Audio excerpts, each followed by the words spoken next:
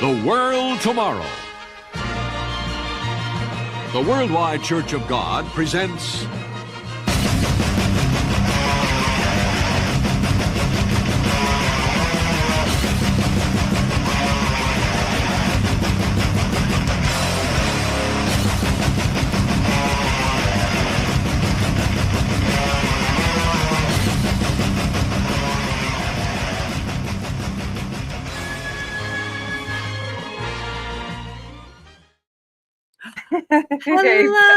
Hello, everybody. Hi, Nancy. It's good to see you. Hello. Well, greetings to our friends, our apostate accomplices, our sinful siblings. You are watching Unpack It TV, the show where me, Patty, and my sister Nancy react to cult and religious propaganda. Yay. And it's also the show where we squeeze these plastic boobies. Oh, yay. And we are going to do that for all super chats tonight. And also if we just kind of feel like it. And Nancy, do you want to tell them if they super chat $10 or more, what will happen? To get a little of this action. Yeah. Oh. All right. $10 or more. Everyone knows what that is, right? It's just a pillow. What's the problem? Yeah. Just a pink pillow with some flaps. Yes. Hashtag flaps. Hi, and that Yay. lovely pillow was a gift of Kitty the Atheist. Yes. I have not talked to her in forever. Have you? I was on one of Dr. Ben's trivia nights, and she popped in there for a while. So nice. Yeah, that was pretty fun. So we have not had an actual live stream in a long time. Sorry, everyone. It's been a very busy summer. So we've just been doing like interviews and other, premieres. And we're now switching it Thursday night from Friday night. So let us know if this works for everyone, especially the time. All right. So yeah, we're giving it a see go. How it goes. Around. Yep. Yeah. Well, that's what we like. Bumper, stomper, boo. We like to play around with all kinds of things. That's an understatement. All right, let's see here. We're going to welcome everyone in our very special Apostate Sisters way that we do. Yes. So, romper bumper, stomper boo, tell me, do. I see Lost Explorer Guild in the chat. Welcome. I see eyes opening, heart realigning. Hello, so nice to see you here. And ambushed apostate. Hi, Seth. Oh, hey, look at that. Nancy's in the chat. Hey there, Sister Nancy. Mwah. Mwah. And then we've got anybody else commenting? Hello, AJ, Ways to Human. Yes, Doomsday is here. And Kelly, Detroit Atheist Queen King. Hi, Kelly. Nice to see you. It was so great to meet so many of the people here recently. And hello, Bomb Poppy. Welcome. And hello, Maddox. Maddox, you seem a little tense. Go rub one out, buddy. Trust me. You'll be okay. Go get a good one. And Jared, too. Hey. And Aunt Jer. Hello, Jer. I think it's Jer. So good to see you. Thank you for being here. Welcome, everybody. I think I got everybody. My mind is saying it's Friday night, but nope, it's not. It's Thursday. We've switched things That's up. all right. We can have a Friday attitude on a Thursday night. That'll be fun. Yes. Yeah. All right. Thanks for joining us, you guys. Indeed. All right, you plan this whole thing, Pats. Let's see what you got. I did. Oh, do we want to launch right in that fast? I don't know. We haven't seen our friends here live. Ah, that's what I thought. Okay. Oh, I've been saying it wrong this whole time. I'm sorry, Auntie. There we go. Oh, shit. Now we know for Aunt sure. Aunt Jur. All right, forgive me if I Thank forget you. that down the road as well. I'll try to remember. Yeah, we'll get it. We'll get it. Yes. Yeah, Thursday is the new Friday ambushed. I'm for it. We got to have some fun and hang out. Let's see, what have we been up to with all of our months that we haven't been able to be here? A lot of recording. Well, we've attended some events as well. It's just been a busy summer. It's been a busy summer. Everyone has been doing stuff on Friday nights as well. And so we just definitely don't want to run things over into the other channels. So I think we're flexible. It's fine. We're flexible. Yay. What's a big thing happened in my world today.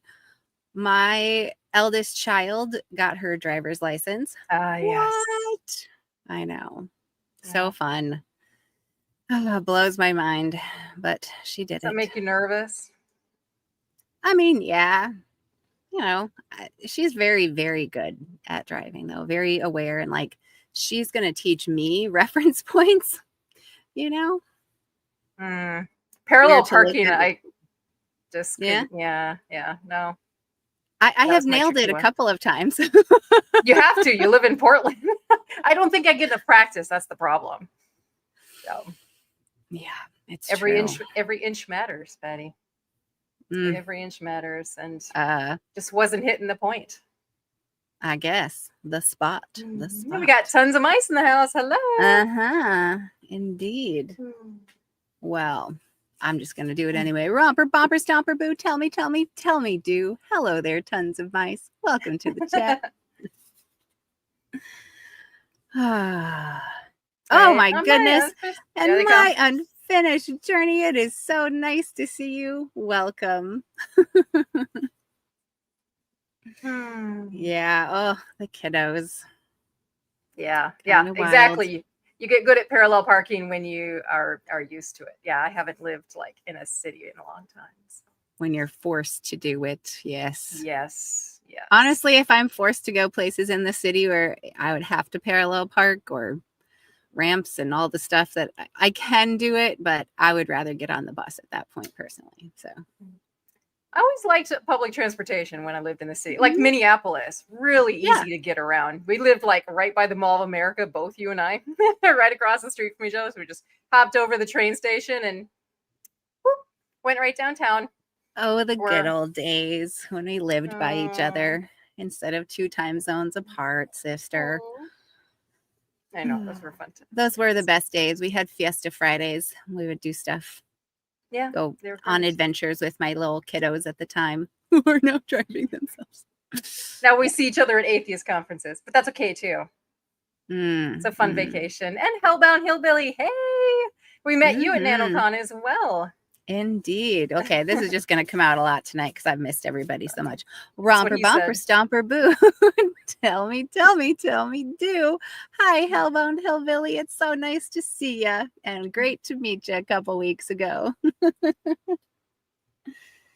that's funny. Okay. So fun. So, yes, we do have a rather special episode of our Unpack It show, because we do like to look especially at our cult, but we've looked at some of the offshoots of our cult. We've even looked at, Girl Defined. We've looked at that was fun. That was fun. Oh, it's so awkward. No Sex Before Marriage. That one was so good. I would do more Girl Defined.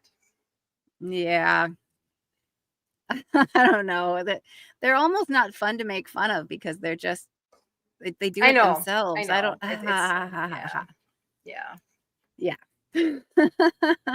But okay, so our church, the Worldwide Church of God, had started in the 1930s as the Radio Church of God by Herbert W. Armstrong. And he did his whole thing based on cult literature. So he would give away booklets and newsletters and magazines for free. And that was what, he tried to make it seem like he was this big, magnanimous guy doing good for everyone. And so that's how he ran his grift for all of those years.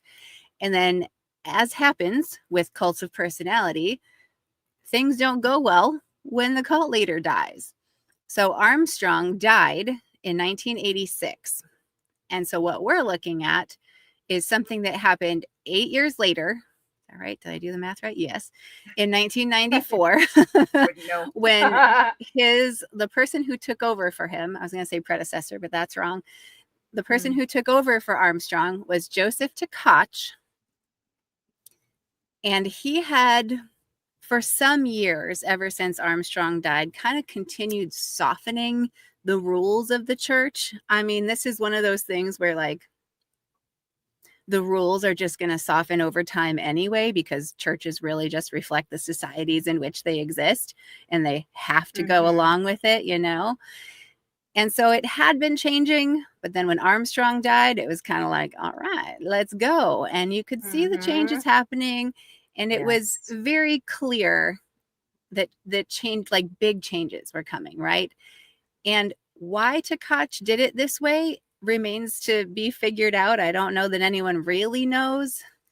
But on December 24th, 1994, he gave the sermon that would basically break the church. So the biggest thing is he took the church from being very old covenant based to being new covenant based, which turned so many things that the church held dear, that set them apart from the other Christians, on its head. And I just want to add how serious this actually was at the time. This split families apart, including ours. People committed suicide. A lot of divorces happened. All kinds of lives were ruined because of ultimately what led to this sermon that we're going to look at now. I mean, I think Tkach did it this way, Pats, because people were already talking. It's a big gossip fest. People knew that there were changes coming. We're going to be turned into an evangelical church. People were not having it. He's like, you know what? We're just going to do an official sermon. Let everyone know the changes that are coming. And holy shit. I know, we have right? The former WCG here. Hi, Vicky. Thanks for joining us. Yeah, I saw a couple of extra people. Ms. Non Sequitur, hi. Yeah. Romper, Bomper, Stomper, Boo. Tell me, do. Hello, Ms. Non Sequitur. Thanks for being here. And hello to Vicky T, former WCG member. Ooh, you exited in 85, so even before old Armstrong kicked the bucket. I'm so glad that you could join us tonight. Welcome, everyone. Welcome. So rumors had been brewing. The splinter churches had already started. Now, granted, those started in the 70s when Herbert W. Armstrong's son, Garner Ted, got kicked out for sexual salaciousness, and then he started his own thing. I don't know how that works, but I also wanted to throw out, if anyone has not seen our 6-part series on Herbert W. Armstrong and the history of the Worldwide Church of God that we were raised in, that was one of our early series. So go check that out on our channel. You'll learn all about how the timeline worked. How did it even come to be that Armstrong created the Worldwide Church of God? Where did he get his ideas from? What happened to it? It's honestly, it's a lot of information. It could be a documentary, maybe someday, a good one. Yeah. But we did our best to sum it up if anyone is curious about, the background of this, or if we have other people from the WCG that are, watching this and are wanting a little recap. I learned all kinds of new stuff when I was researching this too. Things I had no idea of, things are starting to make sense now because we were fucking kids in this thing. Well, and teenagers, but obviously we didn't care about it, but it split our family apart. Everything about it was terrible. So it's worth picking apart. Yeah. Yeah. This is a very Parallels. interesting comment here, Ms. Non Sequitur, that it parallels Mormon story, and we've heard from JWs that it really parallels theirs. In fact, it's like the theologies are very similar from our cult to JWs. And yeah, all cults are cults. I mean, these are tactics we can see everywhere around us. But yeah, okay, so the funniest to me about this is the fact that he had this sermon happen on December 24th, 1994, which Christmas. the church, I know not everyone knows this, but the church was very staunchly against Christmas. They thought it was a pagan holiday and you should never do anything about Christmas. Not pagan. Those And people so- over there. Right, pagan is the other. And so Yes. now the fact that this particular sermon is referred to as the Christmas Eve sermon just is just kind of funny. It's delightful. It's delightful. Indeed. Yes. Because Indeed. people could start celebrating Christmas again. Isn't that amazing? Yeah. I think at this point he didn't go that far. I don't think he Really? went quite that far. Like this one definitely cracked a bunch of stuff, but I think the big changes, like they were still going to do Sabbath and everything at this point, but it was more like the doctrine changed and he made things less like in your face, God's going to kill you if you don't do these things, you know? So he definitely broke them all, but it was just a little bit of a back off. It wasn't like a complete 180 yet. All right. Yeah, but it was the Sabbath, it was the holy day requirements, even mandatory tithing he made changes to. And the whole thing was like under the new covenant, right? So that was the thing that was making people lose their minds as this happened. I think that alone was triggering for people too. The new covenant, because Armstrong was all about the old covenant and all of those laws. So new covenant, like, oh, Jesus is supposed to be this nice guy that actually loves us and wants a relationship? What? Then what have we been doing our entire lives? Missing birthday parties and not eating pork or shellfish and all this crap, giving up 30% of our money. Come on. Well, exactly. Furious. Well, and that was Armstrong's hook, is he was telling people that they were special because they weren't like the supposed or professing Christians of the world, right? We were the true Christians. Yeah, people don't like being told they're just another average person, right? They like to feel special. And when you lose that, when like, what's that? How does it go? Something like oppression can, equality can feel like oppression to some people. Like they have privilege. I forget how the saying goes, but yeah, when you've been like on top for so long and all of a sudden everyone else has the same amount of stuff that you do. Oh, you lost your status. No one's looking up to you anymore. Not that they ever did in the first place, I don't think. But yeah.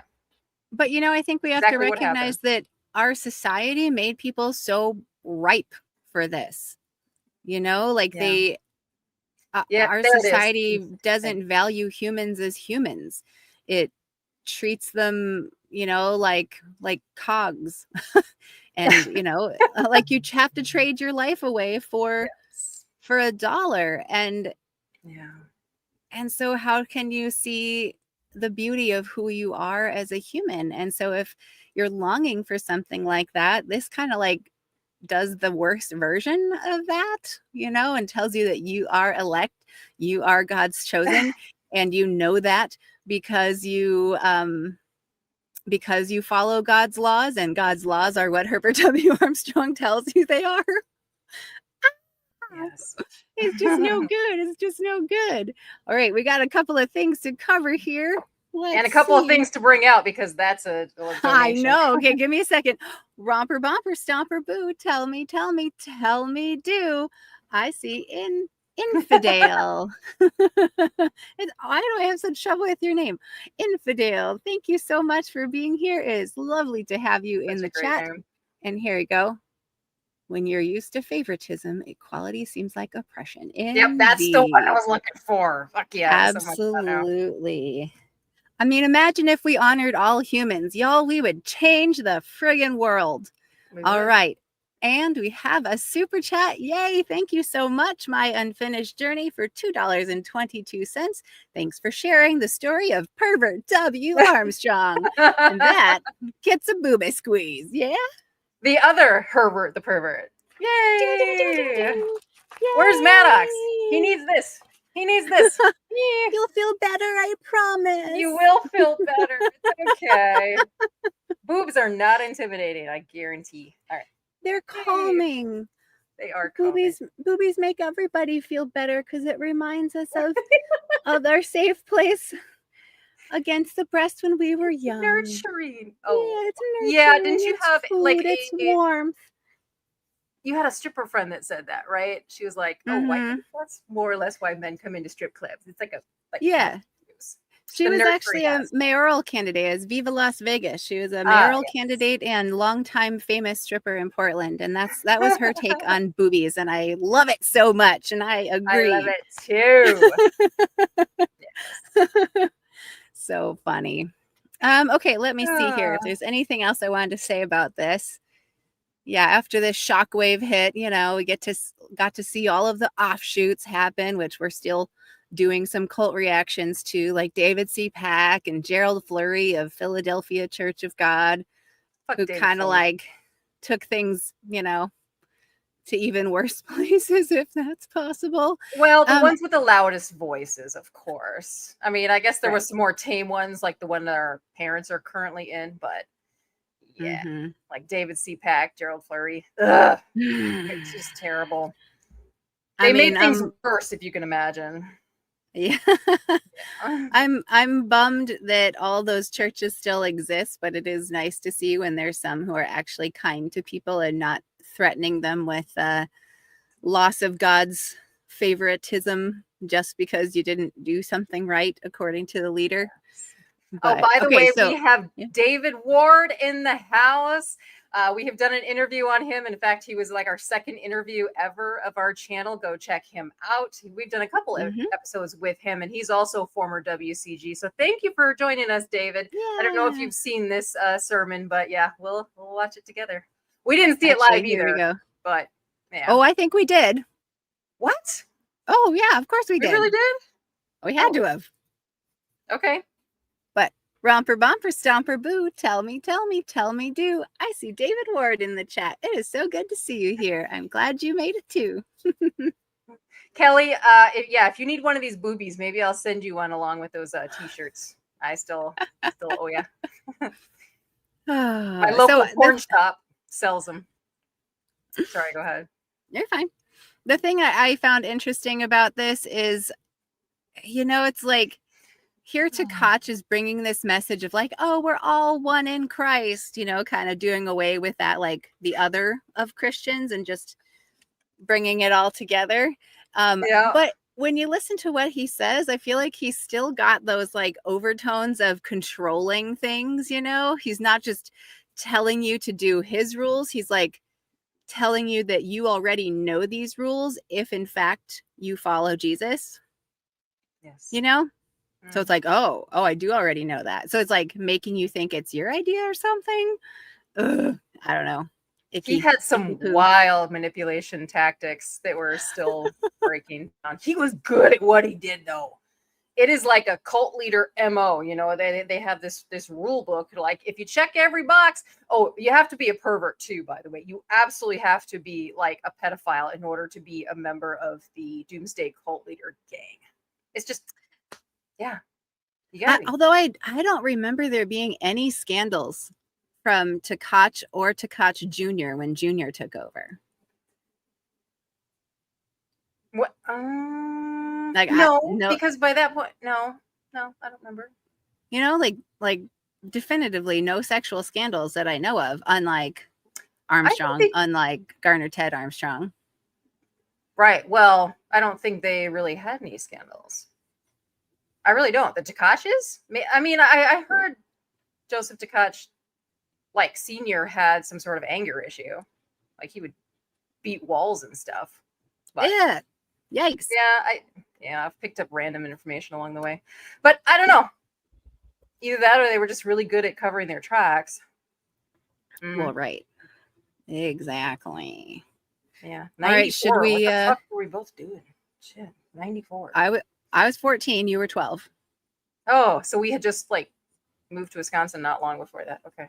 Yeah, that's why I say there's no way we didn't hear this speech at some point.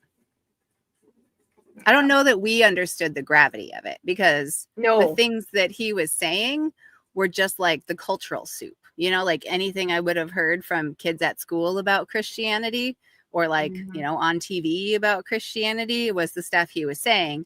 And there was enough similar, because of Bible verses, from what Armstrong was saying, and I didn't really understand Armstrong's theology, that like it didn't, the blow up of it didn't necessarily click for me. Well, do we really give a shit anything about the church at this point anyway? I know I didn't. I was just trying to escape from it as quickly as possible. So the details I didn't care about. I just just right. make me invisible. I don't want to be here. Right. Exactly. I was 12, you were 14. Cool. Yep. And that's true. We had just moved from California to Wisconsin, so we had also just gotten a complete culture shock. Yep. Yeah. Midwest girls now. Yeah. Well, seriously, like in California, we lived in a super diverse place where there was everybody, and they all just lived on the same block, and nobody really thought anything about it. There was even people from lots of different countries, because they were there for Silicon Valley. And then, yeah, we moved to Wisconsin, and even I, as a 13-year-old at the time, was like, whoa, just got really bright white in here. Silicon Valley, California to rural Wisconsin. Let that sink in. Yeah. Farmland. Like there was still kids coming to school in their shit kickers from the barn. When the one dude that would take the tractor to school. Oh, there was one, wasn't there? There was at least one. Yeah.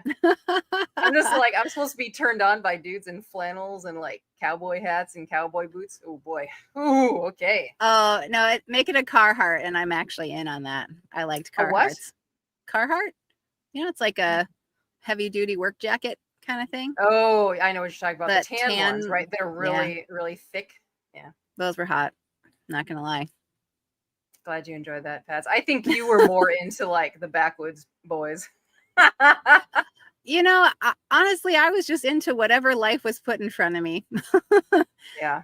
You're gonna tell me I'm a good girl for doing my little kid YES Bible lessons and repeating the scriptures in the back? I'm here for it. You're gonna tell me I'm a good girl for going to the apple orchard and doing all that fun stuff out and being a country girl? I'm here for it. I don't know.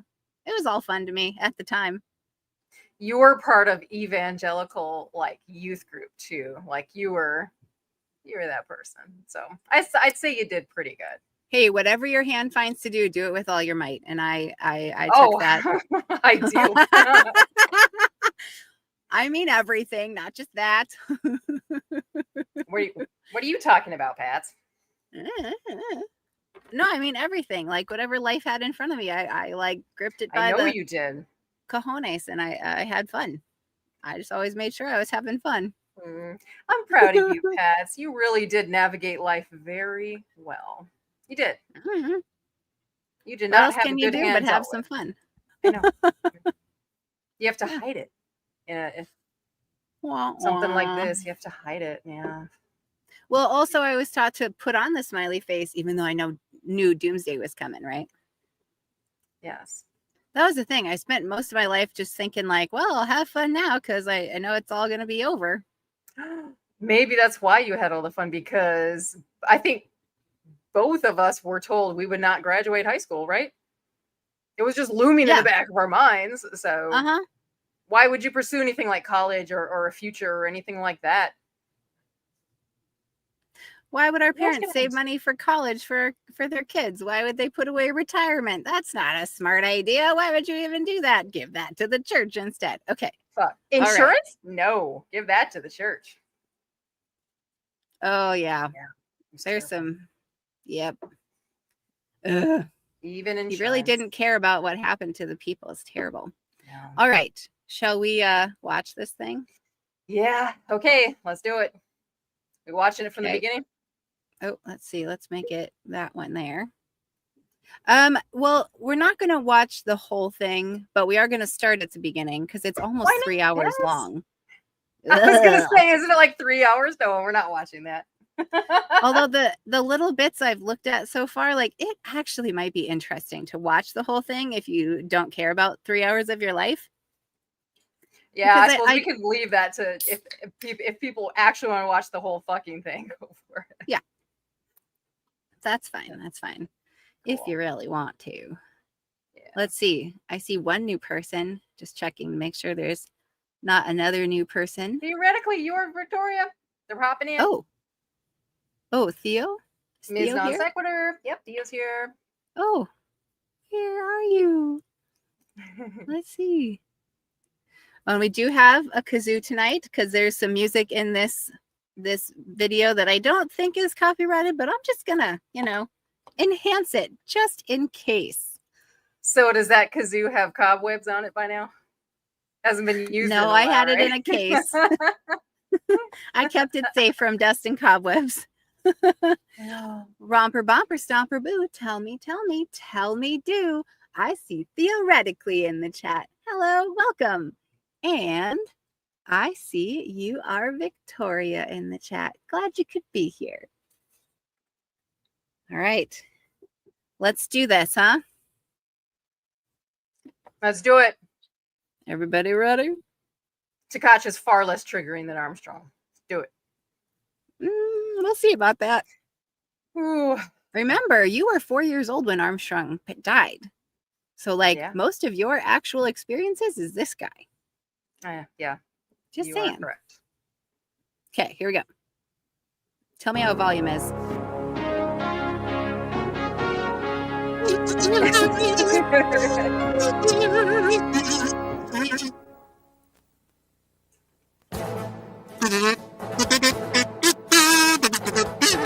Sandy, Texas.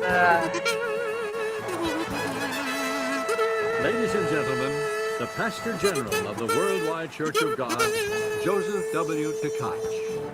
I couldn't resist it. But anyway, greetings and a very pleasant good afternoon to everyone. Shabbat Shalom. I think maybe. Shabbat Shalom. Happy. Why did he throw that out? But maybe increase the volume a little bit. What do you guys think? Okay. A little bit higher? Okay. Sounds good. It's just there we go. We'll see how that goes. Video. Shabbat Shalom. They said that a lot back then, and I don't really remember why. They were trying to be aligned with the Jewish people, I think. Yeah. I mean, kind of, but they thought they were superior to Jews too. That was a weird sort of dynamic between the two. It's like when you say something is Judeo-Christianity, it's no, they fucking hate each other normally, but they only come together when they need to get political or gang up on somebody. I don't know. Oh, Zionists. Yeah, otherwise it's very different. Ugh. All right, so we've got at least 5 to 8 minutes we'll listen to of it here before I find another section for us. But okay, let's see what we have. Sabbaths to all of you. And I certainly would like to extend my greetings and warm welcome to all of the alumni that are visiting with us here today. I'd like to see who they all are. So would all the alumni please stand? This means for the alumni. Yeah. This means alumni from Ambassador College, which was the creme de la creme of the church. That's where they went. One of many grifts of Armstrong's. They were even unaccredited for a while, we found out. Yeah. They weren't credited very long. They deserve it. You deserve it. Ugh. You're saying we were in this crowd? No, this was filmed in Big Sandy, but it was something that they would have played either live or replayed for all of us. Well, yeah, we would have seen it, but we would have seen it for sure. Oh yeah, I mean, and when they played videos, they made it dark in there, so that's just checkout time. Yeah. I would like to extend my appreciation. Definitely need more volume. Yeah. Thanks. And his lovely wife. How's that? Piano, and especially the Ambassador University Still Choir. a little quiet, but they not only looked well, but they performed well, and so we can appreciate that. Let me just see something quick. If I can make the volume overall louder, if that helps. Or maybe because your microphone is so good, Pats, I always hear you so crystal clear. That could be. I could turn down my mic too. All right, well, let's see. And also, was quite shocked and surprised last night, right after Bible study had concluded, why we heard what we thought at first was Christmas carolers singing outside my door. I'm just going to go ahead and say this is foreshadowing.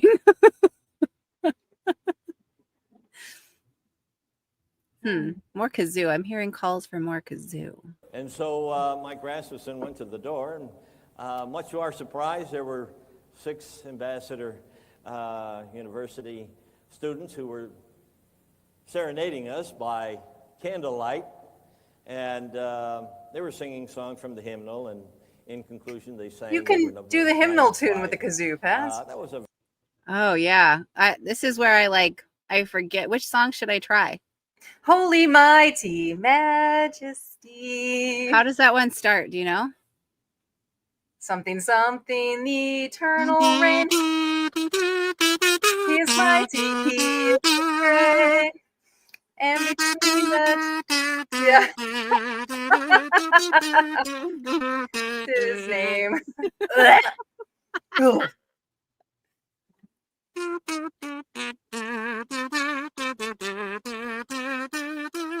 Okay. Let's see if I can get the audio. That might be as much as I can get out of it, unfortunately. You know what? I'm going to turn down me a little bit. No, don't turn yourself down, Pats. We like you. I'm being a loud bitch. That's what's happening. As you should be. You got a fucking voice. Don't let people shut you up. All right. How about that? Can you still hear me okay? Yeah. Did it change anything? I don't know. Play the video and okay. we'll see. All right, let's see. Very pleasant surprise, very thoughtful on their part, and I really appreciated that. So thank you again to those who came out to sing to us. That was very thoughtful. Okay, sorry. So he's just describing Ambassador College people coming over to his house to fake Christmas carol. It's not a real Christmas carol because they were using the church hymnal.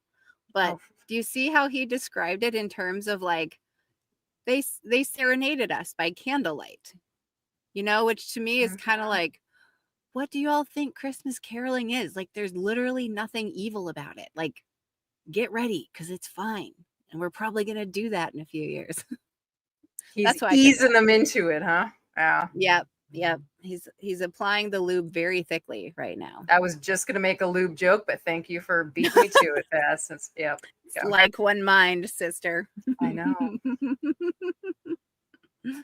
Oh.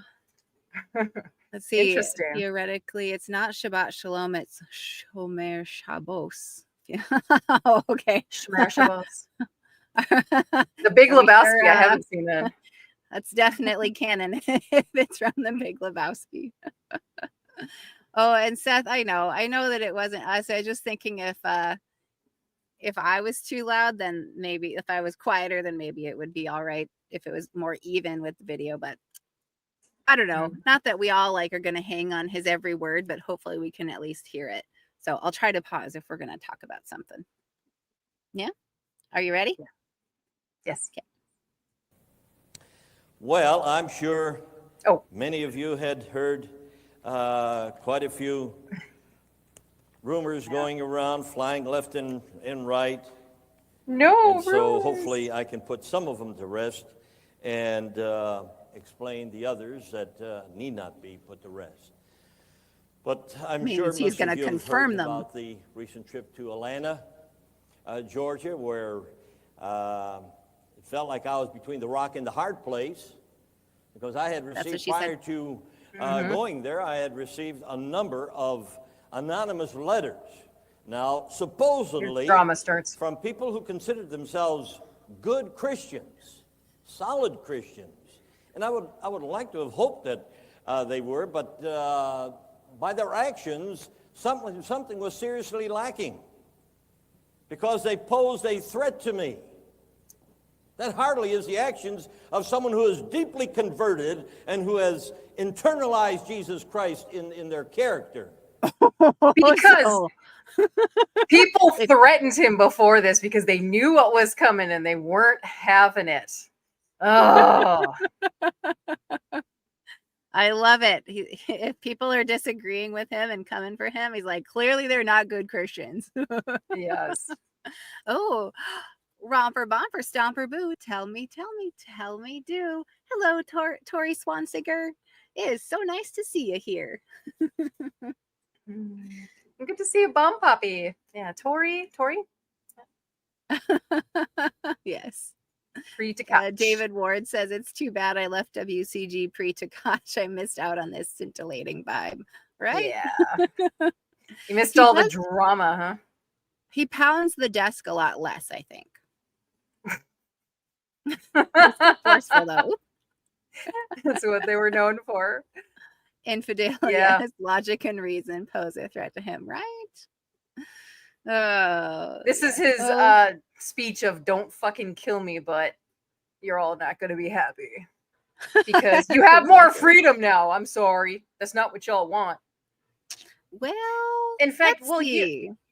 But you and I were talking earlier because you and I just recorded an episode earlier, and we're talking about how some people like they actually like more rules, especially when they find them themselves. It's like it makes them feel superior in some way. Like, I am the best Christian ever. You know why? I found a passage that nobody else knows about, and I'm applying it, and I'm closer to God than you are. It's like they find comfort in more rules to follow. I don't know. Yeah. Some people don't like freedom. Like they don't know what to do with it. They just need to be told what to do. Yeah. Yeah. Well, let's see. Oh, there's another one. Another Romper bumper WCG. stomper boo. Tell me, do. Hello, Jerry Buchman. Nice to see ya.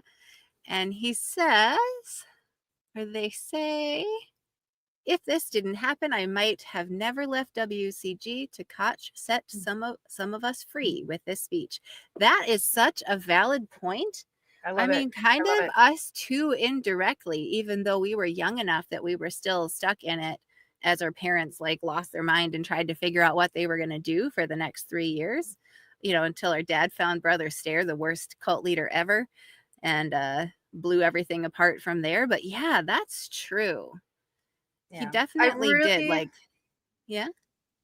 I would just say I really appreciate all the WCG survivors that came out tonight. This is great. Yeah. Mm-hmm. Yep. This episode is for everyone because I think these cult tactics are visible in so many areas of life, even if it wasn't technically a high control group. But for sure, the WCG folks are going to be like, oh, yeah, I remember this. So, yes, I'd love to hear all of your thoughts on the WCG people. Absolutely. Okay. Let's see what else he's got going on here. Because they threatened that if I came to Atlanta, Georgia, and spoke about the 10 Commandments, that they were going to stage a walkout. And then on the other hand, I received other letters saying that if I spoke about grace, that the other 50% were going to walk out. So I was given a choice to take sides. So much drama. I didn't choose to take sides with either group. I took rather the choice to side with Jesus Christ. And that's the side we should be on. And unfortunately, that these people got themselves all worked up in motion. What do you think of that? He's just preparing them. He's just preparing them. That's all. He's like, I'm very much torn between a rock and a hard place. I mean, like I do not envy him this job of having to relay that the church is about to fall apart, and he knows it. Yes, he knows it. Well, this is why I think he must have truly been convinced that he needed to update the doctrine of the church. Like, truly thought he was doing the work of Jesus, because he's setting it up exactly how Armstrong did. He's like, I'm not going to be on anybody's side. I'm on the side of Jesus. So listen to me, God damn it. Sounds a little Armstrong-y. Except he used God, but he's using Jesus. Okay. Same thing. But you remember in the documentary Call to Be Free, if anyone has seen that, it's free on YouTube. It's called Call to Be Free. It's a short little documentary about the Worldwide Church of God, from like, it's still from an evangelical standpoint, but it's got Tkach, his son, and all the other leaders of the church at this point, because they were the ones that like kind of came together to be like, something is wrong here. We need to make a lot of changes. And they all thought that was of God because, we can't come up with this all on our own. Clearly God is doing this. And then they approached his dad here, Tkach Sr., and then he was on board. Mhm. And thus, this all happened in I think a couple of years. Yeah. Yeah. Good times. Yeah. huh? Persecution complex. You're absolutely right, Andrew. Oh, yes. Yeah. Persecution. Don't hate Mhm. me. It's just the word of Jesus. And yeah, Seth, that you're a sheep and need to be told exactly what to do. Holy fuck, that resonates. I'm so sorry. Our cult leader actually said all of his members were dumb sheep, and that he didn't have any respect for people who, what did he say? Could be so easily manipulated. That's what he said. What a fucking asshole. Oh, it's crazy because he could say that to their face and they'd still be like, yeah, you're right, Mr. Armstrong. What? Mm-hmm. Cognitive dissonance at its finest, baby. I feel like that's a little bit how misogynists speak to women. Mm. You know, they don't even have to say anything directly like women are dumb. They just talk down to them and just assert that they know better. Well, but actually, you know? Mm-hmm. I often wonder, like, what it would be like if, like we looked like white men in suits, like we know what the fuck we're talking about. But oops, that gets shredded. Guess what? We're actually women underneath. Do you still respect what I just said? Huh? No, you lost our respect now because I'm a woman. Oh shit! Damn it! Oh, Exactly geez. how it is. Yeah, I agree with you. That's the thing that we get the most with trolls. Actually, is they insult our intellect because we're just dumb women. Women. What do we know? What do we know about Mhm. this? And we use cuss words. What the I think fuck are you early on we talking had about? we had one person that was like, Armstrong couldn't have been as bad as you girls, which also I don't like us being called girls because we're in our Yeah. 40s. We are women. But but they were saying that because we had said the F word several times and some other swear words in the first few minutes they had watched. And for us, it's like that was an entire episode of like reclaiming our words. And like, oh, Armstrong couldn't have been as bad as all that. Like, oh, he just like completely destroyed families, took 30% of income, and like caused all this generational harm. But Yeah. our swear words are the problem. Like, please fuck off. Yeah. Fuck off, please. That was our silence to swearing episode where we just dropped a bunch of the most terrible words ever we could think of. Like, guess what? No one can control what goes in our mouths or comes out of it. Fuck you. Oh, here we go. All right, let's get a little more of this. A little more to cut, Actually, baby. Due to a number of circumstances, and it makes you wonder because God's word says, out of the abundance of the heart, the mouth does speak. And we need to be extremely careful about some of these things. But Don't anyway, this is going to be a long afternoon. We So know. hopefully, if you did happen to bring a lunch, then it's to your advantage. But regardless, it's the Sabbath. And contrary to any other rumor you might have heard about, that we're going to do away with the Sabbath, pray tell, what day are we here on today? Christmas Is this Eve. Wednesday, Friday, Monday? This is the Sabbath, the seventh day, the example that Christ established for us. And so we're not here to do away with the Sabbath, but nevertheless, we're here to gain a better understanding of what God does require of us. Because today there's a growing concern for many who are wanting to know, are we an old covenant church Here it is. or a new covenant church? A valid question. Is our relationship with God based on the old covenant or on the new covenant? A valid question that question is is- going to take a valid question that is going to take 3 hours to answer. Go ahead. He'll get to it Yeah. eventually. Yeah. Well, I think he gets to this one pretty quick, actually. Let's see if I'm remembering right. How long are we going to wander in the wilderness of ignorance and continue to be nursed on the milk of the word, rather than, as the Apostle Paul said in Hebrews 5:13, those who use milk are unskillful in the word of righteousness. What? And strong meat belongs to them who are of full age or who are more spiritually mature. I kind of think he's just telling them they're ignorant if they're not like believing what he's about to tell them. Like he's Got it. saying, we're growing up, guys. We're growing up. Yeah. So that's Stop being an how he's idiot. that's how he's introducing the idea that that we'll be moving to be a new covenant church. But see, he's very graceful and soft with it, and he's got a lot of good metaphors that I think make people go, oh yeah, I've heard those Bible words before. That soothes something deep within my feelings that has nothing to do with the substance of what you're saying. But out of all the people that Armstrong could have chosen as like a successor or whatever you want to call it, it's this dude. So clearly, yeah, he had some grace and some skill with talking. So And his no way sexual up. scandals. So that No. probably was a factor. Opposite of his son. Yeah. Yeah, I heard strong meat too, Hellbound Hillby. I don't know what that was. I don't know. I assume he doesn't mean like pungent. But Strong meat, like dick size.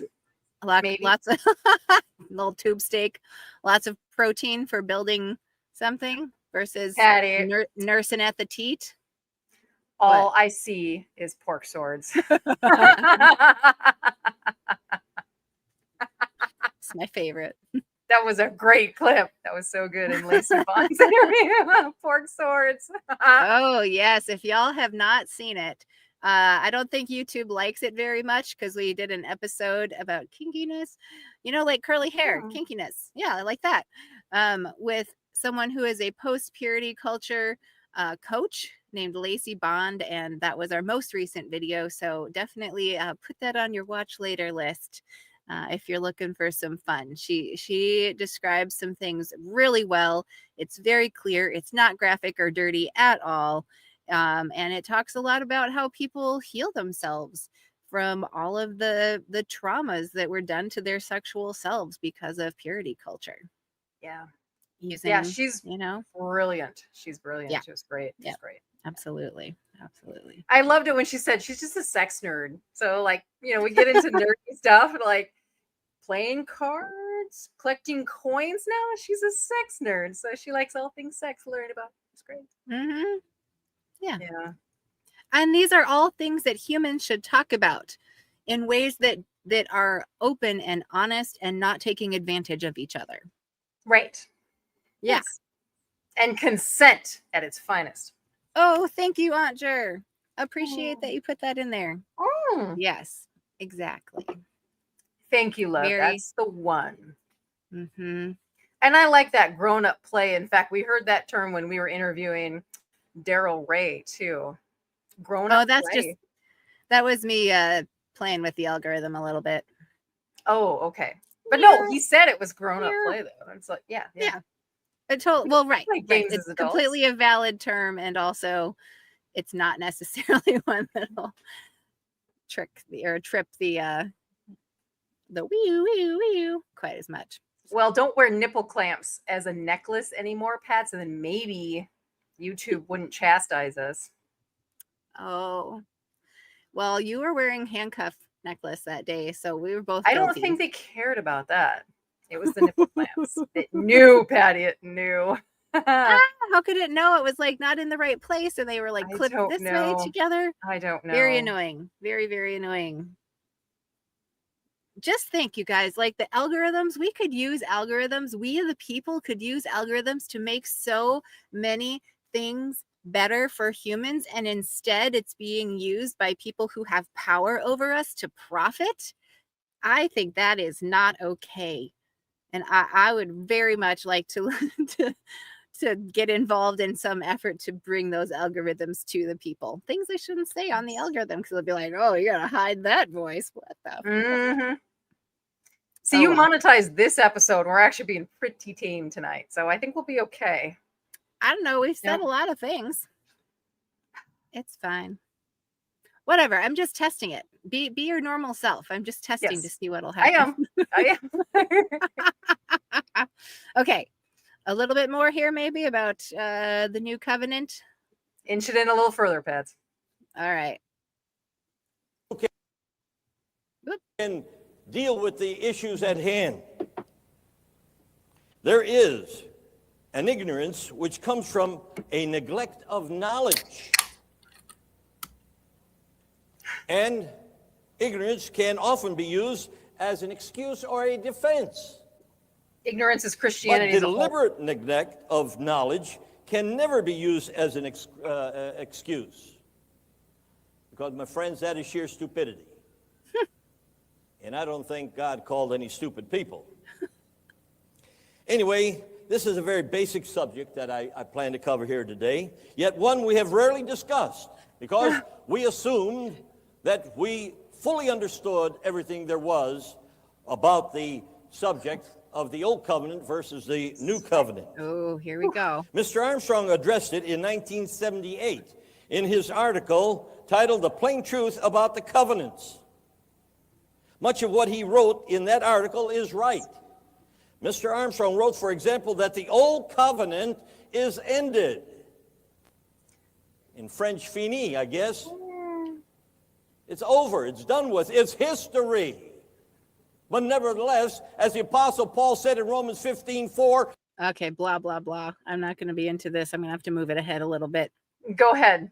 But he's setting the stage for saying the Old Testament is obsolete. Right. And he's saying that if you don't believe the new things I'm telling you, then you just refuse to learn shit. Mm-hmm. Oh, did I put that up again? Clicking is hard. There we go. That's a good one, David. Yeah. Yeah, Yes. mammograms absolutely suck. They squeeze the shit out of your titty. I just got one done. Oh, you feel like I it's gotta gonna go in for mine soon. Hashtag life as a woman. Oh my gosh. Yeah, camera set from 1964. Exactly. I know. It's the gold, right? And also, like, I think the style of dress of the men in the WCG hadn't really changed since 1964. Like the 70s happened and there was like, you know, maroon suits with bell bottoms and stuff, but then they went back to like Oh my gosh. then they went back to whatever was in the 60s. Didn't our dad have like a mint green like tuxedo when he got married? It was like light Yes. mint green. Yeah. That's Yes, amazing. because our mom's wedding dress was mint green also. Mhm. Because she'd been married before, so she couldn't wear a white one. Hard eye roll on that one. Yeah. Okay, I'm going to move this forward a little bit. Let's see here. Let's go. Oop. All right. Yeah, you probably know where to go. I have actually seen this whole fucking sermon before. I had Gross. to go through it to get some clips. Okay. Right, So- Kelly? Oh, this is why we fell asleep as children. It was always so boring listening to this. Yeah, I think I did see our Yeah. dad fall asleep sometimes, but the church was very serious about taking notes. Everyone had to take notes. And so everyone had those little steno books, you know, the like kind of yellowy paper with the greenish lines and the line down the center so that you and I think it kept people awake, to be honest. Like I remember when I was big enough, when I was big enough to take notes, I got my own notebook and I realized the time went faster if what I did was I heard a sentence and then I just sat and I wrote that sentence in my prettiest cursive and then I listened and I heard another sentence and then I wrote that sentence. It was my life hack for getting through sermons as a note taker. Outstanding. You took this shit seriously for a little while. That's awesome. Well, but taking notes made you good. And Yeah. so I wanted to do that. No one had to know in my head that I was like, okay, I'm not really listening to most of the sentences because you can't listen all that great when you're taking notes, to be honest. And as children, as teenagers, we didn't give a shit about this. Who cares? No, I this just Bible wanted passage to again.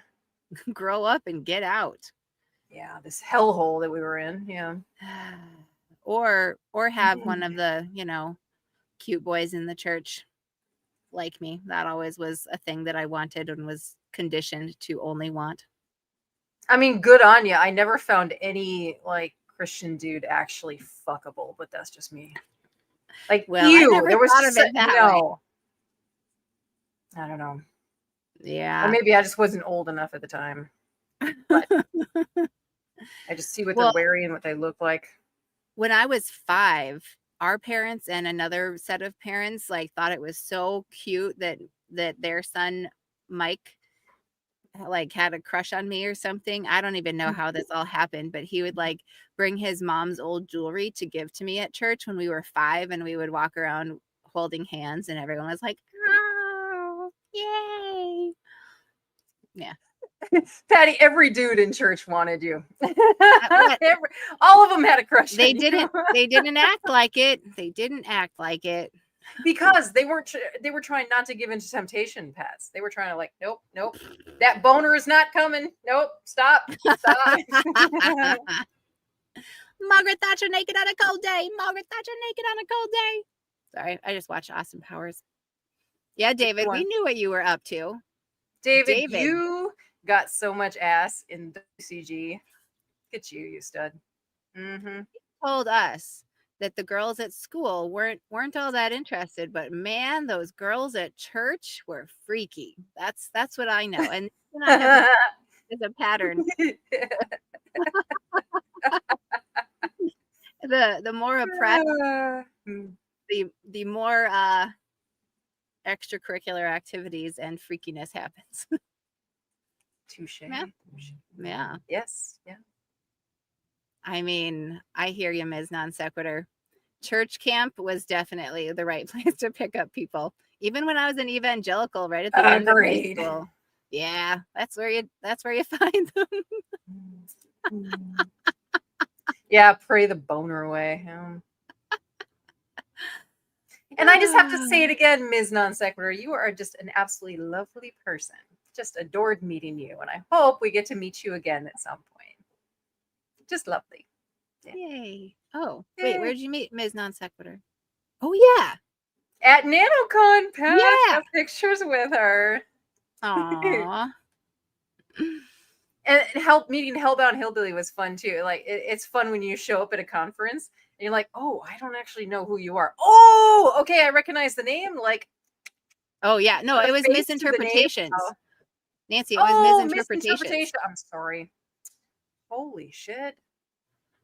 I'm getting all these people mixed up. I'm sorry. Maybe I'm someday. sure you're lovely too, love. I'm sure you're lovely too. Although I have seen you on a interview, so I've seen what you look like before. And that was almost like meeting you. Was it Helen's channel? Yeah. Oh, okay. I know who you are too. Yeah. Yeah. Oh, yeah. You're absolutely lovely as well. Yeah. You're a cutie. Okay. I'm going to play this where, in theory, we're going to hear him start talking about that shift toward grace theology. Because in a very early book of Armstrong's, he wrote, "It's not grace, it's race." Ugh. That's terrible. By the way, hi, Dave of Captive Desk. Hey, bud. Romper Bomper Stomper Boo. Tell me, do. I see Captive Desk in the chat. Hello, Dave. Nice to have you here. All right. Little more Tkach. Yeah. Inch it in. Tkachy it to me, baby. A little further. In verse 6, Abraham believed the Lord, and he accredited it to him, or counted it to him, or imputed to him as righteousness. This is a landmark statement of justification by faith. Abraham was counted righteous on the basis of faith and nothing else.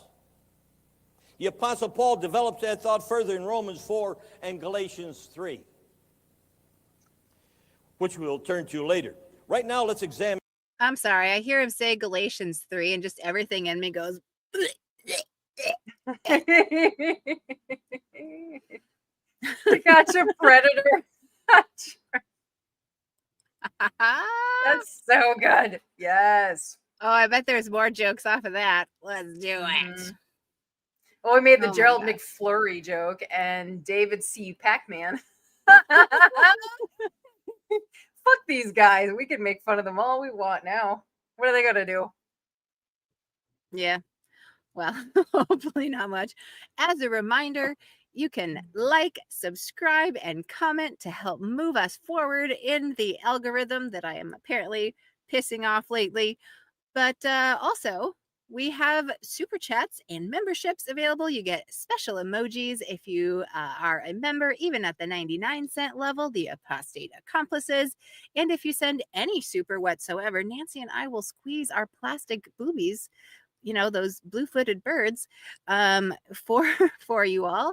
And if it's $10 or more, there's an even more special anatomical prop that will come out to play. What do you mean Thank you plastic for- cats? I'm just giving What? it away. Mine are real. Mine are real too, because if they were added on, they wouldn't be so lopsided.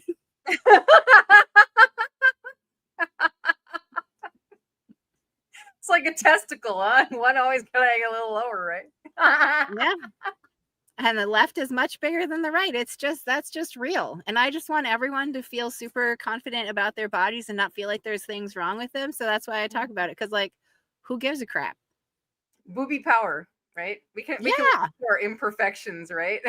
Love the body you got. That's what I'm saying. That is what I'm saying. Okay. All right. As Wild much fun Bill as. Wiggle Stick. Oh, yes. Sorry, go ahead.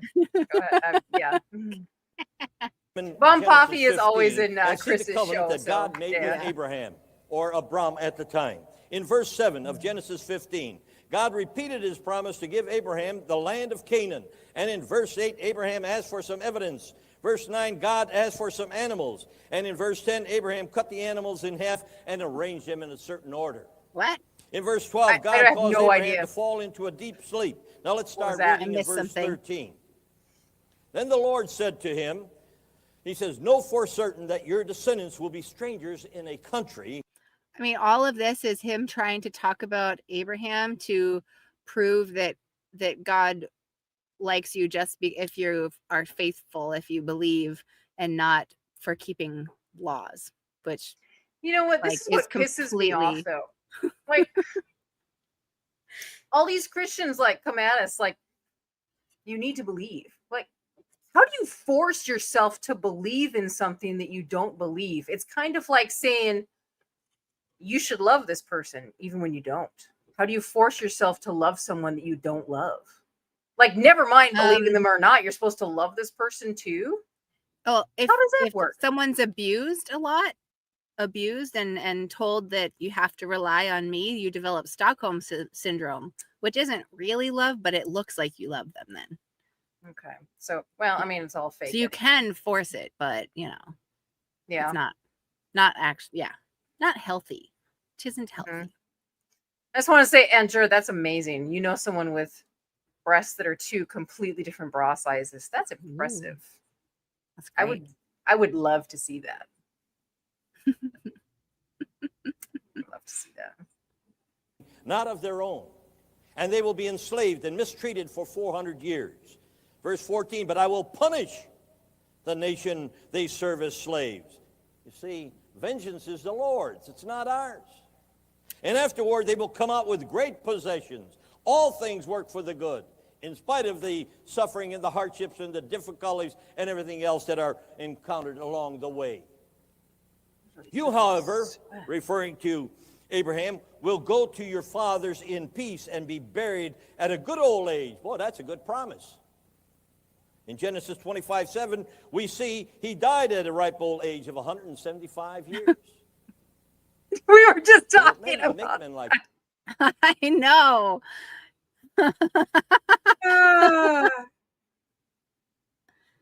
I heard that too. Difficulties. I mean, not like all the words come out of my mouth right either, but yeah. That's awesome. Funny.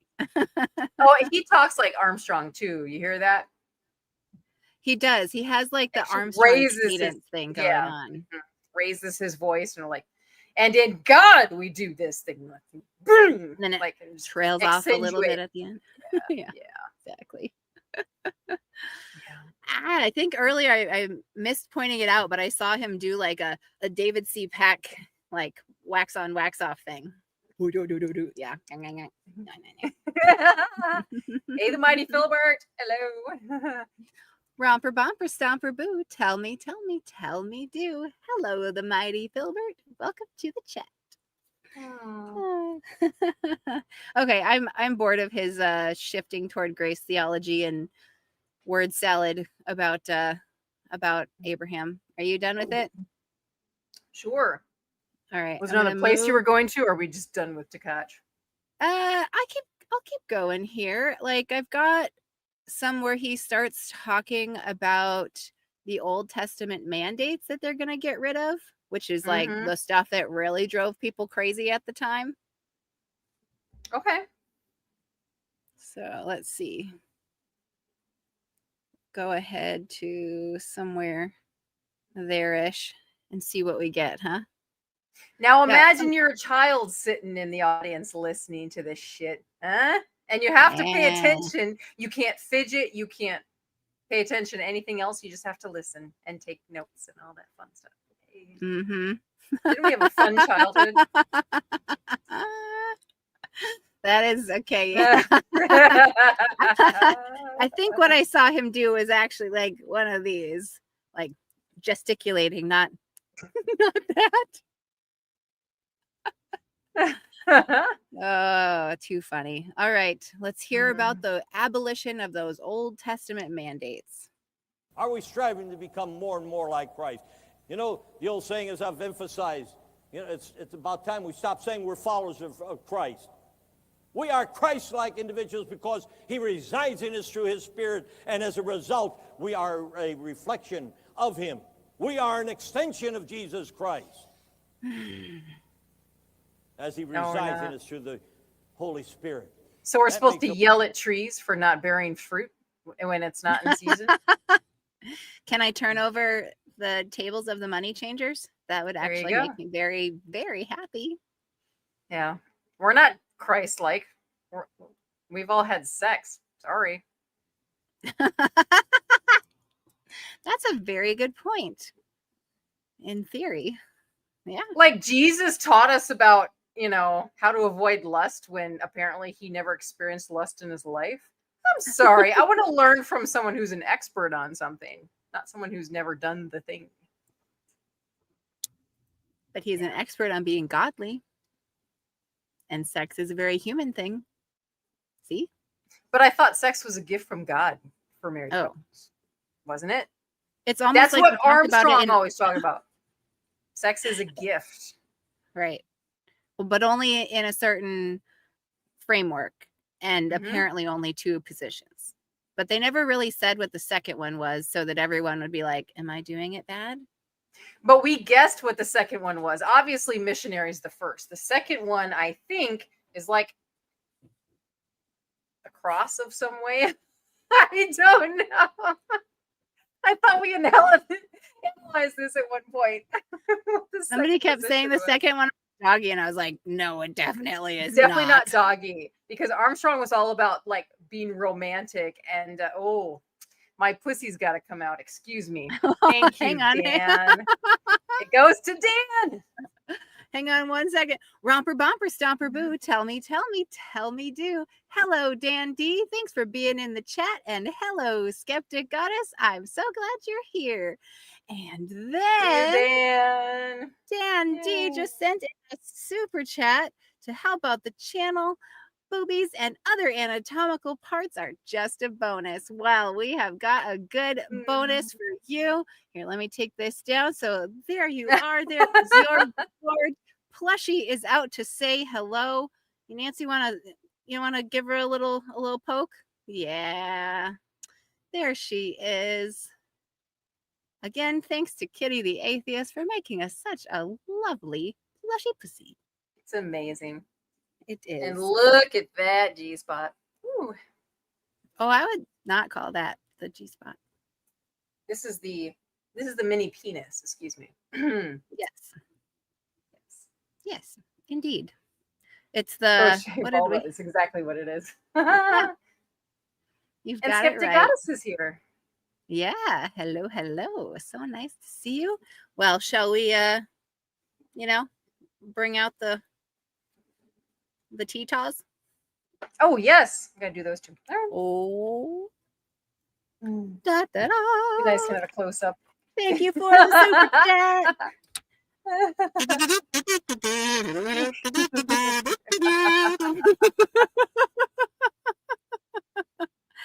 Gotta have some fun, people. Gotta have some fun.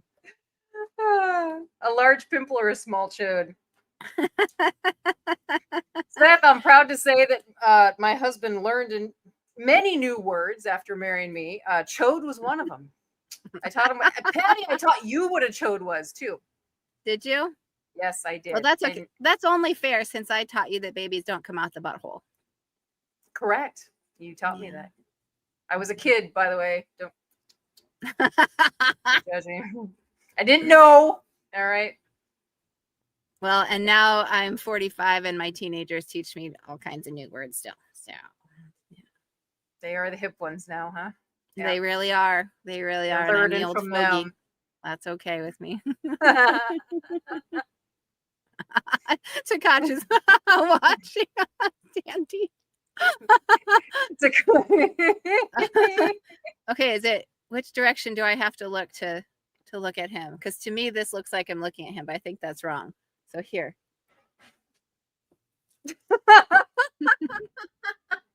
Quit sitting. Oh yeah? What you gonna do about it, huh? Mm-hmm. Pull out my Miss Piggy voice. Okay. I was just gonna say that was a high pitch, Pat. That's awesome. Okay, here we need Callie, are you fucking serious? You have to be explicit here. Come on. I think it's the grosser the better. That's what I was about to say Friday nights are for, but now this is Thursday night. That's what Thursday nights are for. We're sinning early. Yeah. By the way, sin doesn't exist. It's a bullshit Correct. I developed to control you. Human construct, like virginity. Yeah. And gender. Yeah. And gender. Correct. Yeah. Yeah. Mm-hmm. Yeah. All that. Yep. Yay, humans. I love humans. Be your best human self. That's what I say. And no God can tell you what that is. Only you can. Correct. Yes. That's right. All right. More to catch. Sure. To catch a virus. They all have excellent names we can make fun of. I love it. To catch her in the rye. Okay, I'm gonna stop. Is he like Russian or something? Ukrainian, maybe? Something. What is it? Like he refers to himself somewhere in here as the Russian, that other people are gonna say that to him. He's Russian, I think. Tkach, the name is Russian. Yeah, or it's like a former Soviet country or something that he's from. Mm-hmm. Something like that, for sure. Yeah. Because, there's not a lot of Northern European or white English-speaking countries that have that many consonants in the name. Yes. Serbian? I don't know. Something like that. Doesn't matter. Ephesians 2:5, the Apostle Paul said, let this mind be in you which was in Christ Jesus, which is the same mind of the Father. And we all should have the same mind. With the same mind, we're going to be in line. And we're going to be running true to form as what Christians are supposed to be. Ambassadors for Christ. Ambassadors. Play on words. And become more and more like Christ, the messenger, the mediator of the new covenant. Ooh. It is a spiritual relationship that we enjoy with Christ. A There it matter of is. the heart and conscience and faith. There it is. He just blew it up. It's not about your works. It used to all be about works. And now it's about your faith and your relationship with your daddy God. Mm-hmm. Come into me, Jesus. Come unto Yikes. me. He's easing them into it for sure. Into. Yeah, unto. Because you want to have the Holy Spirit buried deep inside you. Yeah. There should be no doubt about that. I'm convinced. That Jesus I'm fulfilled convinced. all of these prophecies, and we are the beneficiaries of those promises and prophecies. He brought the new covenant. We are familiar with the words of the Last Supper. You know, some people would get all bent out of shape and their nose would be hooked off in the wrong direction. You use the word Lord's Supper. He's defending using the word Lord's Supper instead of Passover right here. Lord's Supper, the Passover, what is the difference? Christ died for our sins. He shed his blood for the remission of those sins. Scandalous. Mm-hmm. Armstrong would be disappointed. And we repeat this every year under the New Testament Passover. But see, he's saying that Jesus shed his blood for all of us.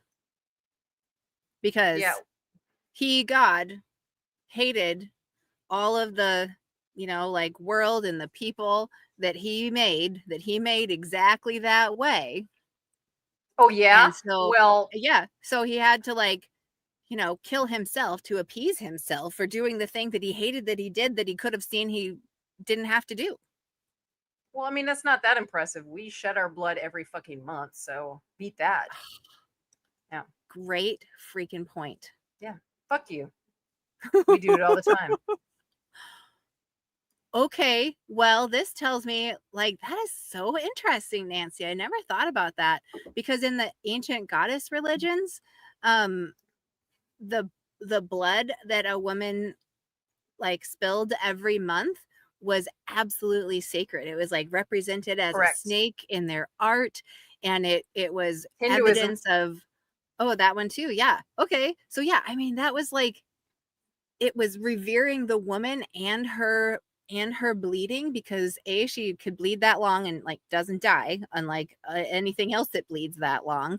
And once that blood started happening, she would just swell up and new humans would come out, that was revered, and for good reason, because it's pretty hard work making another human, and it should be revered. I believe you, Pat. I believe you. But right, not everyone can do that, and it is a sacred thing. It's not like it makes you better or anything, but it's a beautiful human thing that we do, and humans did revere it at one point. And now with Christianity, they vilified women and said, well, you have to go through painful childbirth because you suck so much. And then they're all excited about their Jesus that had the blood come out of him for us. What the heck?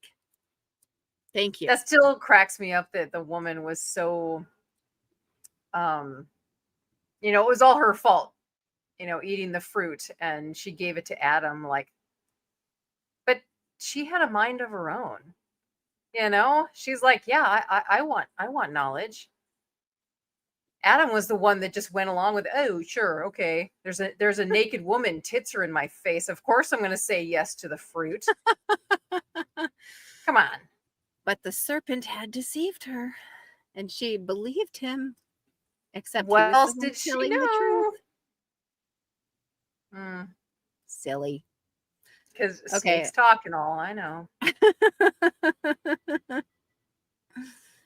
Let's see. Do we care about any more of this? Jesus said that the cup of wine represented his own blood, which would be the blood of the new covenant, Matthew 26:28. Now we're going to drink it. 22:20 tells us that the cup represents a new covenant in Jesus Christ and in his blood. The old covenant was sealed with blood. The new covenant likewise was sealed with blood. It was ratified or established when Jesus' blood was poured out on the cross. We renew that covenant when we reaffirm our commitment to him, when we drink the wine and eat the bread, remembering the Lord's death until he returns. So we drink his blood that he shed, which I always knew, You know, that's what the whole communion thing is and stuff. But it's like, if you really think about it, how weird and gross is that? Yeah. Really weird and gross. Ew. Yeah. Okay. I mean, we did communion sometimes in the church, right? Not the kids, right? I don't remember doing it as a kid. I think they did it at Passover. So that's where he started this, right? That like other churches do it as the Lord's Supper in remembrance. And I think they do it sort of randomly or on whatever schedule their denomination decides. But I'm pretty sure in the WCG, at least early days, they only did it at Passover because it was the time when only the adults got to go. So we had a babysitter, and I remember our parents would take tubs so that they could wash each other's feet. I told my kids that, and they were like, what? I'm cringing over here. They couldn't believe it. I know. Yeah. I still don't celebrate any actual holidays. Like, I don't celebrate Christmas, Easter, nothing.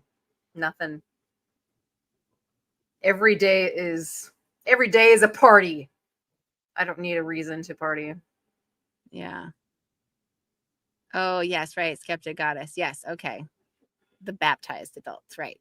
That makes Thank sense. you, love. Yeah, the baptized Yes. adults. Okay. Because if we hadn't been baptized, we weren't good enough to drink that blood.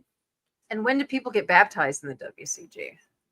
Obviously, we Definitely didn't. when they're full adults, as I understand it. Okay, Ancher, there's a lab called the Rose Lab that's studying menstrual blood. They found markers for endometriosis. Testing menstrual blood this way could replace the current test, which is invasive surgery.